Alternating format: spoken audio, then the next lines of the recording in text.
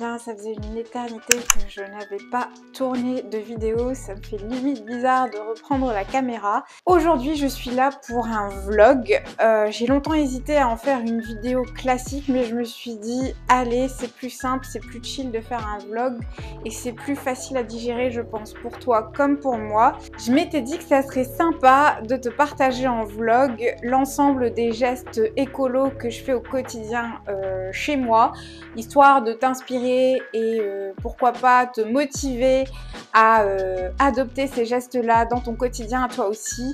Alors attention, big disclaimer, loin de moi l'idée de faire ma moralisatrice, je suis loin d'être parfaite en termes d'écologie et le but de cette vidéo n'est pas du tout de faire ma moralisatrice, c'est juste pour essayer de t'inspirer et te donner des idées simples à reproduire dans le cas où l'écologie, les petits gestes écolos t'intéresseraient. Du coup je vous retrouve dans ma cuisine. Ce qui m'a motivée à faire cette vidéo, c'est une récente acquisition, c'est ce filtre à eau de la marque British Berkefield dont j'ai parlé en story, que j'ai mentionné en story et j'ai eu pas mal de questions sur le sujet. Donc je te mettrai en lien mon profil Instagram si ça t'intéresse de me suivre. Et du coup, c'est un filtre à eau qui permet de filtrer l'eau du robinet. Je vis dans le nord de la France, l'eau est très calcaire et très dure et en plus chez moi elle a un goût de canalisation donc elle est dégueulasse, elle est inconsommable telle quelle. Du coup j'ai acheté toujours des gros bidons de 8 litres en plastique recyclé, donc c'était pas ouf, même si le plastique est recyclé et recyclable, ça reste quand même des déchets qu'on peut éviter. Et mon objectif sur le long terme c'était vraiment de me procurer un filtre à eau. Donc j'ai fait pas mal de recherches. Si tu t'intéresses à ce sujet, tu dois notamment connaître la marque Berkey qui propose également des filtres de ce même genre là.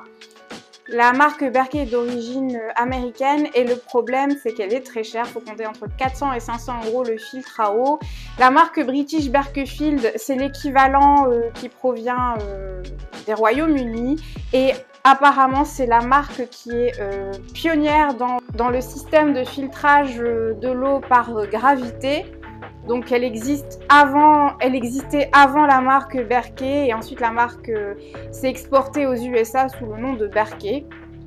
Et l'avantage de cette marque, c'est que c'est beaucoup moins cher que la marque Berkey. J'ai eu ma carafe en solde à 240 €, donc on est quasiment moitié moins cher que la marque Berkey. Et là vous allez me dire, mais si c'est moins cher, c'est que c'est de moins bonne qualité. Et apparemment non. Je vous mettrai les sources qu'il faut, je vais pas m'étaler forcément dessus dans cette vidéo. Je vous mettrai les vidéos que j'ai vues sur le sujet. L'avantage de la marque British Berkefield, c'est qu'elle possède plus de certifications que la marque Berkey en ce qui concerne les normes relatives à l'eau. Je me rappelle plus le nom de la certification en question, mais je vous la mettrai sur l'écran. Et l'autre point positif qui m'a motivée à acheter chez British Berkefield et non chez Berkey, c'est que apparemment, d'après les recherches que j'ai faites, les filtres, le système de filtre utilisé chez British Berkefield est plein, alors que celui utilisé chez Berkey ne l'est pas, donc il y a du vide dans le système de filtre, ce qui le rend beaucoup moins efficace. En contrepartie, pour filtrer de l'eau, c'est un petit peu plus long chez British Berkefield. Il faut compter 5 à 6 heures pour une contenance de 6 litres, alors que chez Berkey, ça prend 2 fois moins de temps de ce que j'ai lu. Du coup, comment ça fonctionne? Le filtre est composé de deux parties, une partie supérieure et une partie inférieure. La partie supérieure contient le système de filtre. Donc vous voyez ces deux gros cylindres blancs, ce sont les filtres qui sont à base de céramique et de charbon actif qui filtrent toutes les particules, tous les métaux lourds, les résidus de médicaments, les produits chimiques, les bactéries également. Je vous mettrai la liste complète sur l'écran, mais c'est assez exhaustif et c'est vraiment pas mal. Et du coup, l'eau passe à travers ces filtres par gravité et elle s'écoule dans ce réceptacle inférieur et vous pouvez la boire en ouvrant ce petit robinet. Et c'est hyper simple à monter, hyper simple d'utilisation. Et du coup, l'eau a un goût totalement différent en sortie du filtre. Si vous êtes familier à l'eau de Vittel ou à l'Évian ou encore à la Saint-Amand, ça a un goût qui s'y rapproche. Personnellement, c'est pas ces eaux-là que je préfère. Moi, je suis une fan de Volvic, mais ça passe totalement et je m'y suis accommodée très très vite. Et surtout, c'est un avantage de fou parce que autre geste écolo, je n'ai pas de voiture, je n'utilise pas de voiture, j'ai pas de voiture. J'ai la chance d'avoir les transports en commun à proximité, mais c'est tellement pratique de plus avoir à se trimballer les gros bidons d'eau que je me coltinais à chaque fois que je faisais mes courses. Alors certes, ça fait les bras, mais quand même, je vis au premier étage, j'ai pas d'ascenseur, c'était vraiment galère. Là, je n'ai plus du tout à me préoccuper de cette charge mentale ni de cette charge physique. Je l'ai payé 240 €, c'est juste le best achat ever. J'aurais dû passer à l'acte plus tôt. Je vous mettrai le lien en barre d'infos si ça vous intéresse. Voilà, en tout cas, je regrette pas du tout mon achat et j'espère que ça t'inspirera. Autre geste facile à faire dans ta cuisine, tout ce qui est liquide vaisselle et savon pour les mains, tu peux les recharger. Donc ça, c'est un vieux contenant que j'ai gardé. Et du coup, soit j'achète des recharges en grande surface ou alors je vais dans mon vrac pas loin de chez moi qui propose du liquide vaisselle rechargeable. Pareil pour le savon pour les mains. Dans ma cuisine, j'utilise aussi des jolis bocaux, j'en suis fan, pour acheter en vrac tout ce qui est produits secs. Donc je pense à la farine, au quinoa, au sucre de coco. Là, c'est du granola que j'ai mis dans un bocal où j'ai mis de la farine. Donc tout ce qui est farine aussi, farine de petit épeautre. Là, c'est du cacao pur non sucré que j'achète également en vrac. J'ai juste gardé l'ancien contenant. Et je pense qu'il y en a pas mal qui sont vides. Il manque les étiquettes. Chaque fois, je me dis qu'il faut que je mette des étiquettes dessus pour pouvoir me repérer. Et chaque fois, je galère parce que j'oublie ce que j'ai mis dedans. Mais voilà, en tout cas, les jolis bocaux, ça coûte vraiment pas cher. Je les ai eus soit chez Action. Donc celui-là chez Action. Ceux-là, je les ai eus chez Maison du Monde. Et ceux-là, je les ai eus chez Casa pour maximum 2-3 € le bocal. Voilà. Donc, je trouve que c'est une façon sympa d'embellir sa cuisine, de la décorer et puis de limiter les emballages. Du coup, il est midi et je vais me faire une shakshuka, donc c'est la recette de la flemme. Je mélange simplement une ratatouille bio de chez Picard et des œufs et c'est aussi simple que ça. Et je vous assure que ça fait carrément le taf.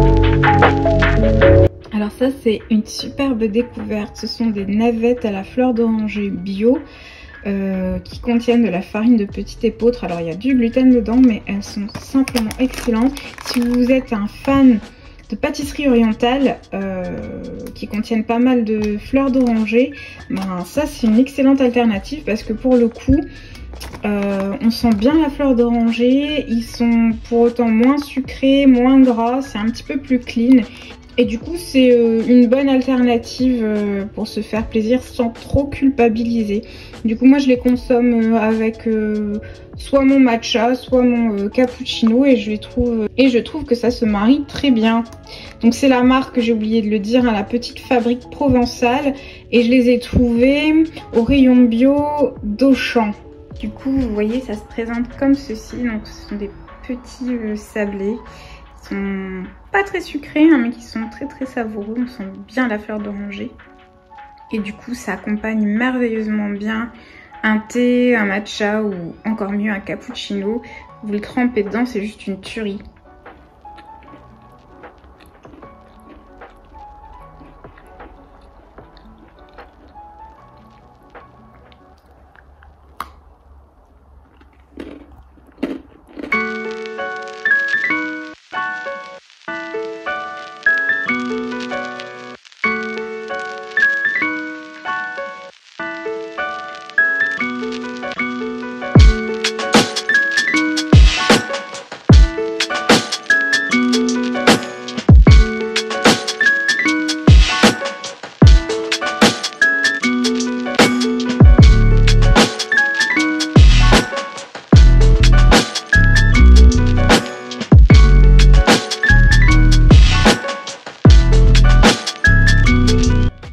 Alors dans ma salle de bain, j'ai un pommeau de douche qui permet d'économiser l'eau. Je crois qu'il permet de faire 25 à 30% d'économie d'eau. Et franchement on s'en rend pas du tout compte, hein. Le jet est puissant, il y a quand même pas mal d'eau hein, qui est déversée en sortie du pommeau. Donc ça c'est cool. Et en plus je l'ai vraiment pas eu très cher, ça coûte 20 ou 30 euros et vous pouvez en trouver dans toutes les grandes surfaces hein. Celui-là je crois qu'il vient de Carrefour. Et du coup pour tout ce qui est gel douche, shampoing, conditionneur, j'essaie également d'opter pour des contenants rechargeables. Donc ça c'est des jolis petits contenants Snoopy que j'avais trouvé au Japon. Et du coup je vais les recharger soit dans mon vrac, soit en achetant des éco-recharges en grande surface. Il y en a un petit peu partout et c'est également une façon de diminuer ces déchets. Autre petit geste écolo, dans ma salle de bain j'ai une brosse à dents. Alors elle est en plastique recyclé de souvenir, mais la tête est interchangeable, ce qui fait qu'au lieu de jeter tout le corps de la brosse à dents, il y a juste à changer la tête de la brosse à dents quand elle est abîmée. D'ailleurs là c'est le cas, hein, faudrait que je la change bientôt. Il y a juste à la déclipser et à clipser la nouvelle. Celle-là je l'ai eu en magasin bio chez La Belle Vie pour quelques euros, et ils vendent également les recharges. Mais il y en a la patate hein, des marques qui proposent ça. Il y en a même en bambou. Donc là c'est encore mieux le bambou, mais moi personnellement je trouve que ça, les brosses à dents en bambou nettoient beaucoup moins bien les dents que les brosses à dents comme ça. Donc j'ai opté pour cette marque là. Donc c'est la marque Yaweko. Je vous mettrai un lien en barre d'infos si jamais je réussis à trouver ça sur le net. Autre petit geste écolo que j'ai adopté depuis pas mal d'années déjà, c'est de commander des vêtements sur Vinted plutôt que de les acheter neufs. Alors je commande très peu de vêtements parce que j'ai ce qu'il me faut, et puis c'est plus trop mon délire hein, même si voilà je suis passée par l'étape de shoppeuse compulsive il y a quelques années et quasiment tout mon salaire passait dans des vêtements. Et du coup après un long cheminement, je me suis rendu compte que acheter plein de vêtements ça ne m'alimentait plus, ça ne me nourrissait plus, et puis voilà. Du coup maintenant je commande quand j'ai besoin d'affaires, je vais voir sur Vinted. C'est une façon simple et économique d'acheter ces vêtements. On peut trouver des pièces en très bon état à prix défiant toute concurrence. Et voilà, du coup j'ai trouvé ce petit t-shirt de la marque Zara, je l'ai payé 4-5 euros. Il est en lin et il a été fait au Portugal, donc voilà.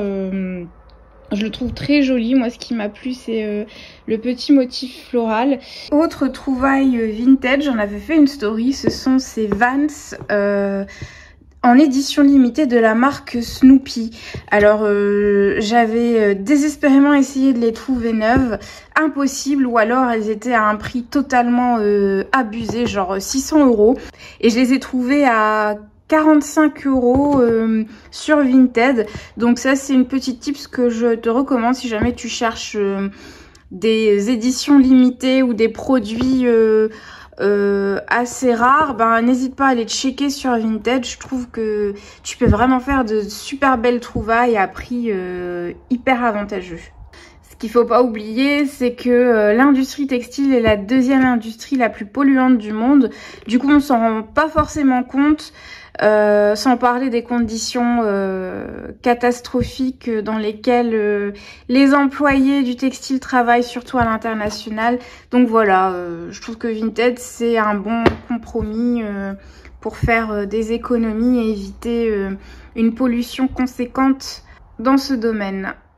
Alors pour ce soir, une fois n'est pas coutume, j'ai eu envie de cuisiner et pour la première fois de ma vie, j'avais envie de tenter la recette de la tarte chèvre épinard. Du coup, je me suis dit, allez, autant vlogger ça, ça fera du contenu. Du coup, pour ce faire, vous avez besoin d'une pâte brisée, d'épinards en branches ou hachés. Moi, personnellement, je les préfère en branches et je prends ceux de Picard, ils sont très bien.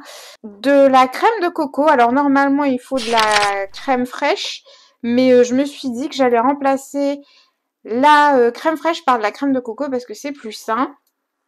Du fromage de chèvre, moi j'ai pris de la Sainte-Maure au lait cru et des œufs. Du coup la première step c'est de faire cuire les épinards. Alors soit on peut les faire cuire à la casserole, soit à la vapeur. Moi personnellement je vais les faire cuire à la vapeur.